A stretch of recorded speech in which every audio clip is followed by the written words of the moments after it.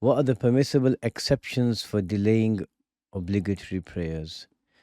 So, the scenarios in which it's permissible to delay an obligatory prayer um, are going to be scenarios where either your life or your health are in significant danger. So in such a situation, um, you know, uh, performing the prayer might jeopardize something. I'll give an example. So, for example, a lady uh, who's giving birth.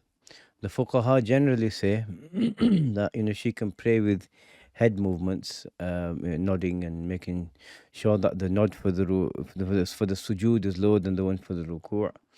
Um, that's they do generally discuss this, but you can have situations where there's been complications, or there's a situation where she's having to have a cesarean or something like this, where it's not as easy. I mean, I understand the words of the fuqaha. I mean, I think they would refer to someone in the earlier stages of contraction, maybe when it gets really difficult later, where the pain's so intense she doesn't know what's going on, um, or after having been given some medication, she's just not aware of her surroundings.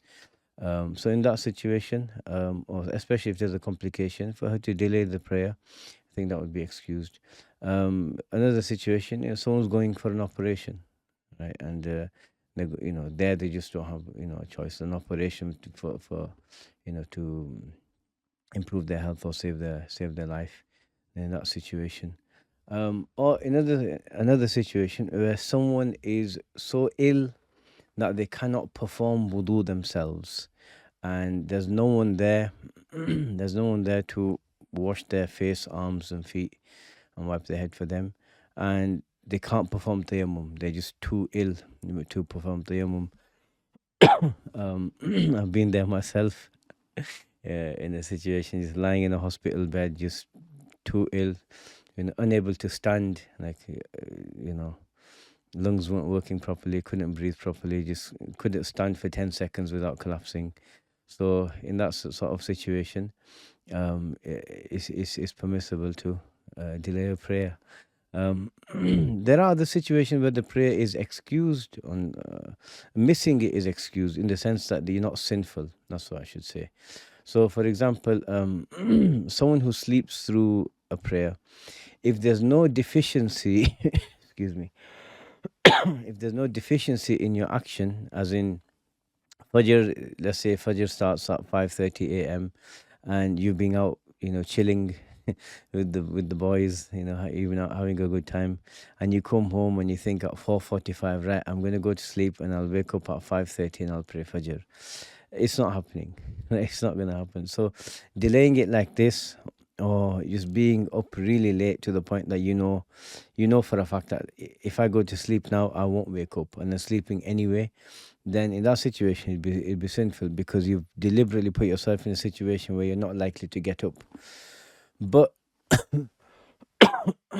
if someone was in a situation where they genuinely didn't hear the alarm go off, they put on their alarms for Fajr and they just didn't hear it go off, or they slept through it, or they woke up, 5-6 minutes before sunrise, and there's no way they can perform wudu and pray Fajr on time, then such a person, technically, you're not sinful, right? If it's not done deliberately.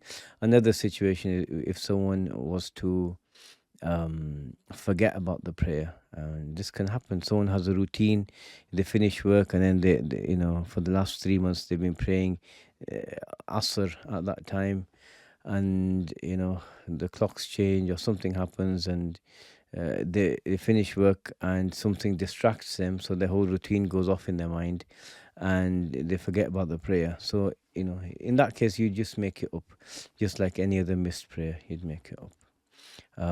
And Allah Ta'ala knows best. لا إله إلا الله محمد رسول الله